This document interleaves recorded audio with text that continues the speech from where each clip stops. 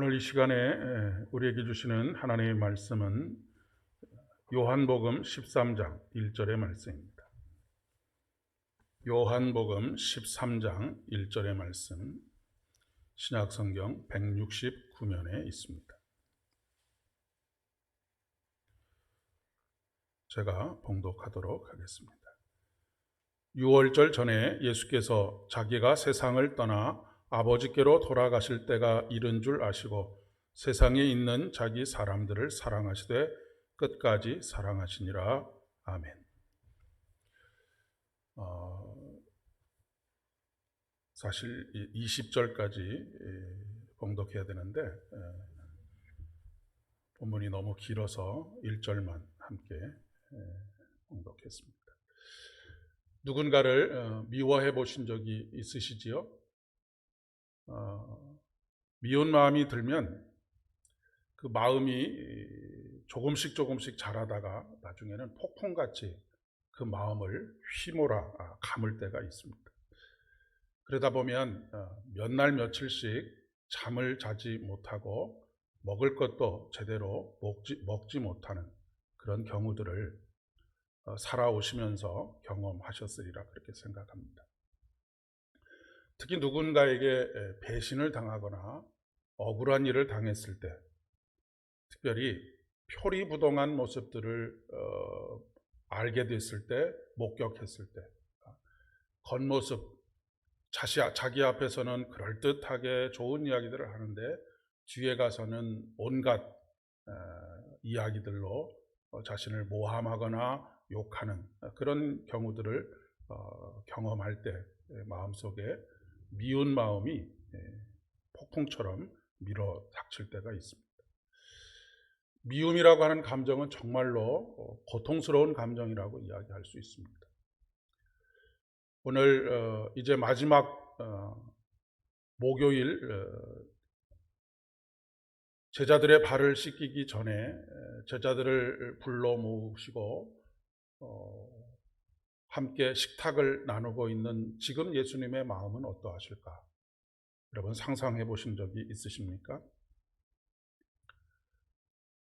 조촐하지만 마지막 유월절을 함께 제자들과 나누고 싶어서 제자를 불러 모았는데 3년 동안이나 동거동락하면서 자신의 모든 것을 다 쏟아 부어서 가르치고 또 그들에게 하나님의 능력을 함께 나누는 그런 시간들을 가졌던 그런 제자들과의 자리였지만 이미 그 마음속에 자신을 팔려고 하는 마음이 들어간 가룟 유다를 눈앞에서 직면하는 마음, 과연 어떠하셨을까?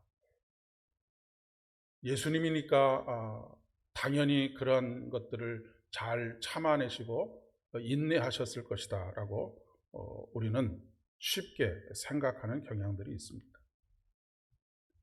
정말로 예수님에게 미워하는 마음이 없었을까? 인간의 몸을 입으신 예수님이신데 왜 미워하는 마음이 없으셨겠습니까? 만약에 지금 자리에 둘러앉은 제자들 중에 가룟 유다를 바라보면서 예수님이니까 미운 마음을 전혀 갖지 않고 그를 대하셨을 것이다 라고 생각하는 것은 조금 더 확장해 보면 예수님은 십자가에 달리시면서 예수님이시기 때문에 전혀 고통을 느끼지 못하셨을 것이다 라고 예상하는 것하고 똑같습니다.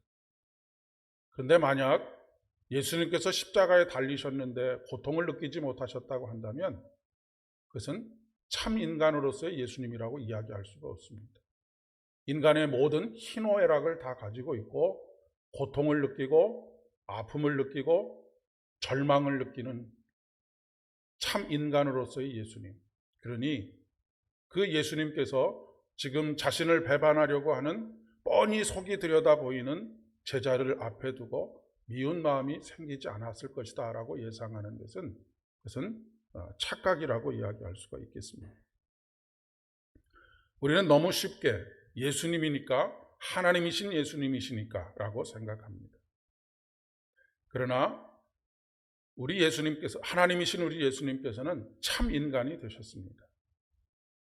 흠이 없고 죄가 없을 뿐이지 참 인간이 되셔서 인간이 경험할 수 있는 모든 것들을 다 이 세상에서 경험하시면서 살아가신 사람이라고 하는 그런 이야기입니다. 그런데 그런 상황 속에서도 예수님께서는 자기 사람들을 사랑하시되 끝까지 사랑하셨다라고 그렇게 기록하고 있습니다.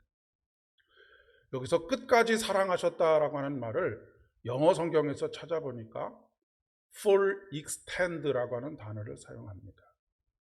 무슨 뜻이냐면 extend라고 하는 것은 넓히다, 그리고 확장하다, 그리고 손을 뻗을 때도 그냥 이렇게 뻗는 것이 아니라 뻗을 수 있는 최대한 풀로, 최대한으로 손을 뻗는다, 그런 의미를 가지고 있습니다. 사람이 사람을 품는 데는 한계가 있습니다.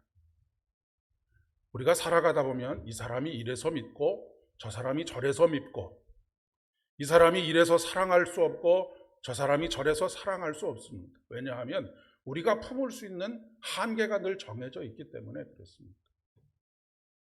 예수님도 사람이기에 미운 감정이 들 수도 있고 섭섭한 감정이 들 수도 있고 마음속에 여러 가지 복잡한 감정들이 들 수 있지만 지금 어떻게 한다고요? 끝까지 사랑한다는 것이 단순히 시간적으로 끝까지 갔다라고 하는 것이 아니라 영어 성경을 보면 full extend, 자기 결단과 의지와 책임을 끝까지 펼쳐서 단 한 사람이라도 더 품으려고 하는 예수님의 모습을 볼 수 있다라고 하는 그런 이야기입니다.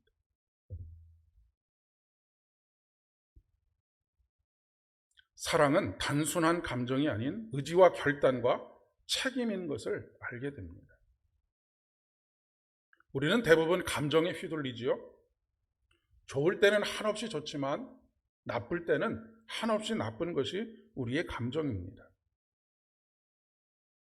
물론 사랑의 시작은 감정에서부터 비롯되는 경우들이 거의 대부분이라고 이야기할 수 있습니다. 하지만 끝까지 사랑하는 일은 의지와 결단과 책임이라고 이야기할 수 있는 것이죠. 신앙생활이라고 해서 크게 다르지 않습니다. 사랑은 허다한 죄를 덮느니라 라고 말씀하시죠. 이것은 죄에 대한 관용이 아니라 죄인에 대한 관용입니다. 신앙이 깊어진다라고 하는 것은 품이 넓어지는 것입니다.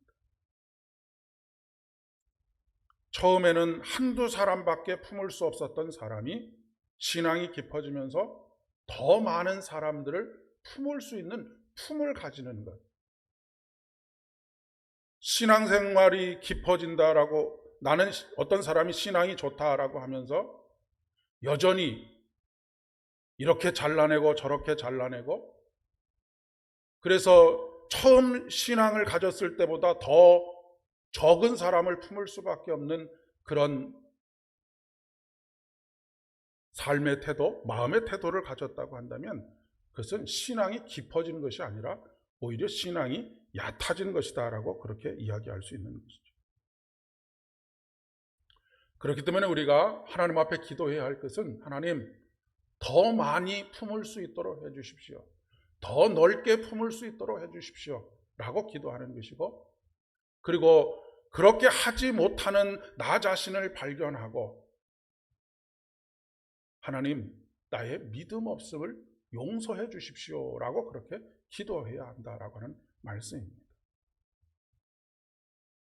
그런데 이것은 사랑하고자 하는 우리의 노력, 그것도 물론 중요합니다만은 오늘 말씀에서는 거기에 방점을 찍고 있는 것은 아닙니다. 우리말 성경에서 끝까지 사랑하셨다라고 했을 때의 이 사랑이라고 하는 것은 일반적인 사랑을 이야기하는 것은 아닙니다. 헬라어 성경에 이 사랑이라고 하는 단어 앞에 영어로 말하면 더, 바로 그 사랑, 헬라어로 해라고 하는 단어를 사용합니다. 그러니까 일반적인 사랑으로 이 사랑을 감당할 수 있는 것이 아니고 바로 그 사랑은 어떤 사랑이냐면 하나님의 사랑, 아가페의 사랑, 그 사랑으로 사랑할 수 있다라고 하는 것을 이야기하는 것이죠.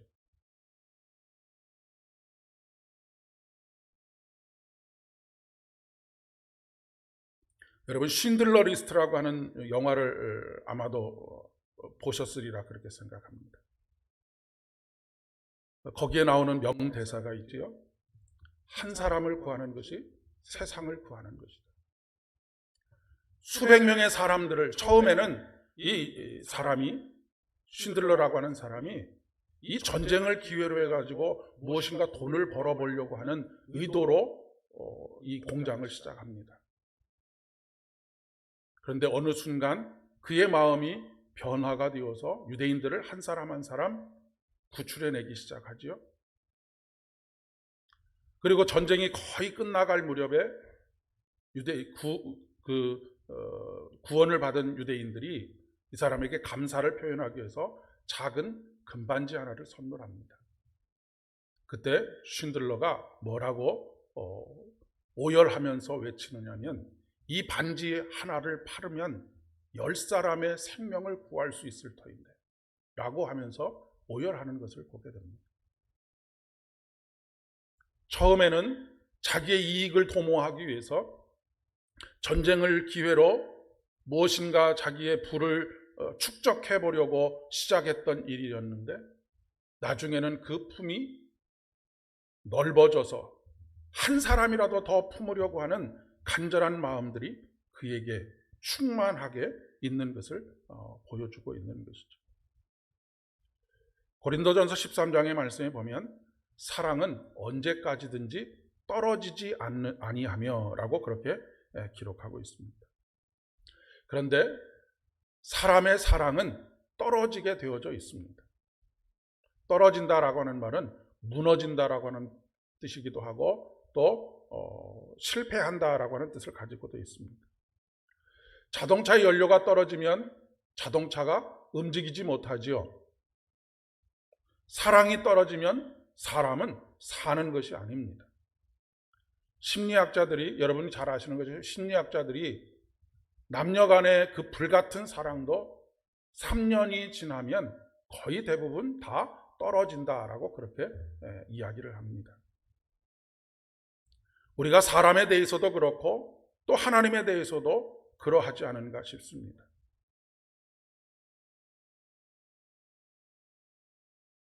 왜냐하면 우리가 사람에 대해서도 그렇고 하나님에 대해서도 그렇고 그것을 인간적인 사랑으로 사랑하기 때문에 그렇다라고 하는 것이죠. 나이가 들면 점점 이 나이의 사랑은 무슨 이라고 하는 말을 자주 되뇌이곤 하죠. 물론 젊은이들과 같은 불같은 사랑은 할 수 없는 나이가 하지 못하는 나이가 점점 되어갈지는 모르지만 오히려 나이가 들어갈수록 신앙의 연륜이 쌓여져 갈수록 떨어지지 않는 그 사랑으로 충만해야 한다라고 하는 것을 말씀하고 있습니다. 오직 최후까지 남는 것은 사랑입니다.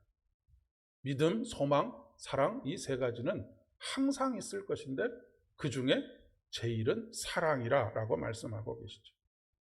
중요한 것은 하나님과 우리의 관계가 사랑의 관계라고 하는 것입니다. 그렇기 때문에 하나님과의 관계 속에서 그리고 하나님께서 맺어주신 여러 관계들 속에서 우리가 관계를 맺어갈 때에 반드시 그 중심에 있어야 할 것이 사랑이라고 하는 것입니다. 그 사랑을 공급받아 사랑해야 하는 것이죠. 오늘 예수님께서 이 말씀을 하시고 제자들의 발을 씻기십니다.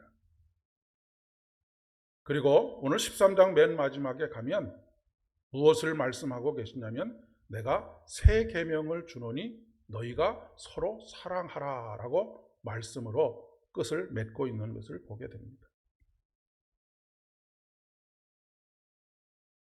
사랑의 반대말이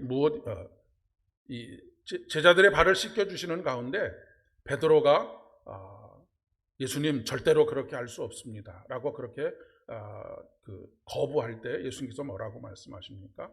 내가 너의 발을 씻어주지 않으면 나는 너와 상관이 없다라고 그렇게 말씀하시죠. 사랑의 반대말은 무관심입니다. 미움이 아닌 무관심이지요. 관계를 맺지 않는 것입니다. 그러니까 지금 베드로와 예수님의 관계가, 베드로가 사랑의 관계로 예수님의 발을 씻어주시는 행위를 받아들이는 것이 아니었다라고 하는 것입니다. 하나님에 대한 사랑의 감정은 물론이거니와 미움의 감정, 서운함의 감정도 하나님을 사랑하는 것으로 나아가는 그런 과정이라고 이야기할 수 있습니다. 문제는 아무런 감정이 없는 것입니다. 무관심한 것이죠. 우리 시대의 교회가 점점 무관심해져 가고 사람에 대해서도 교회에 대해서도 무관심해져 가고 있지 않습니다. 아무개가 아프지는 않은지, 밥은 제때 먹고 사는지, 끝까지 관계의 끈을 놓지 않고 살아가는 것이 사랑입니다. 그리고 끈을 가장 단단하게 붙들어 매는 것이 섬김이라고 이야기할 수 있습니다. 사랑은 젊을 때나 하는 것이 아닙니다. 진정한 사랑은 나이가 들어갈수록 더 깊어지는 것입니다. 그런데 오해하는 것이 한 가지 있는데, 신앙이 깊어지게 되면, 사람의 품이 넓어지게 되면 이전보다 훨씬 많은 죄인들을 품게 됩니다. 그런데 겉으로 보는 사람들의 평가는 저 사람이 죄에 대해서 저렇게 관대한가? 라고 착각하기가 쉽습니다. 그러나 그것은 죄에 대해서 관대한 것이 아니고 죄인에 대해서 관대해지고 품이 넓어지는 것입니다. 공동체는 무엇으로 움직이겠습니까? 조직은 어떤 목표의식으로 움직여지는 것을 조직이라고 한다면, 공동체는 바로 사랑으로 움직여지는 것입니다. 죄는 미워하되 죄인에 대해서는 더 관대해지는 넓은 품을 가진 그리스도인들, 그리고 우리 교회가 되어졌으면 참 좋겠습니다.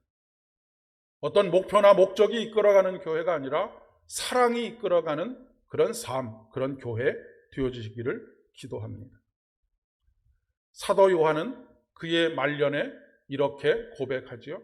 하나님은 사랑이신지라. 물이 바다를 덮음과 같이 하나님의 사랑이 그를 덮었기 때문입니다.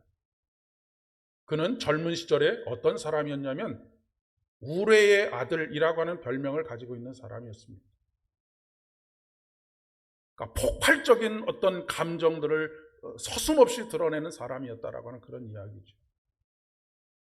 그런데 그의 말년은 한없이 품을 넓혀서 모든 사람을 다 품을 수 있는, 그것이 그의 노력이나 사랑 그런 것이 아니고 인간적인 사랑이 아니라 바로 하나님의 사랑, 하나님은 사랑이신지라로부터 출발하고 있는 것을 보게 됩니다. 오늘도 그 사랑에 붙들려 살아가는 저와 여러분 되실 수 있기를 바라고, 그 사랑으로 모든 관계들을 맺어가시는 저와 여러분 되실 수 있기를 진심으로 축복합니다. 기도하겠습니다. 자비와 긍휼이 풍성하신 참 좋으신 아버지 하나님, 그 절대절명의 마지막 순간에도 끝까지 당신의 품을 넓히셔서 배반자 가룟 유다를 품으시는 그 놀라운 사랑을 보여주신, 그리고 그 사랑에 기초한 섬김을 보여주신 우리 주님을 따르는 삶 살아갈 수 있도록 은혜를 더하여 주시옵소서. 오늘도 바로 그 사랑을 우리에게 부어주시고 물이 바다를 덮음과 같이 우리에게 부어주시는 그 은혜와 사랑으로 가정을 덮어가게 하시고 일터를 덮어가게 하시고 교회를 덮어가서 온 관계들 속에 하나님의 사랑이 넘쳐나는 복된 인생, 복된 삶, 복된 시간들 만들어갈 수 있도록 은총을 더하여 주시옵소서. 예수님의 이름으로 기도드립니다. 아멘. 이제는 우리 주님 예수 그리스도의 은혜와 아버지 하나님의 극진하신 사랑하심과 성령 하나님의 위로 교통하심이 오늘도 그 사랑으로 우리를 충만하게 채워가며 우리들 또한 예수님처럼 섬김의 삶을 살아가고자 하는 모든 주의 사랑하는 성도들 머리 위에, 저들의 가정과 일터와 사업장들 위에, 우리의 사랑하는 자녀들 위에, 우리 삼보 교회 위에, 그리고 고난 주간을 보내는 모든 믿음의 사람들 머리 위에 이제로부터 영원까지 함께 하시기를 간절히 축원하옵나이다. 아멘.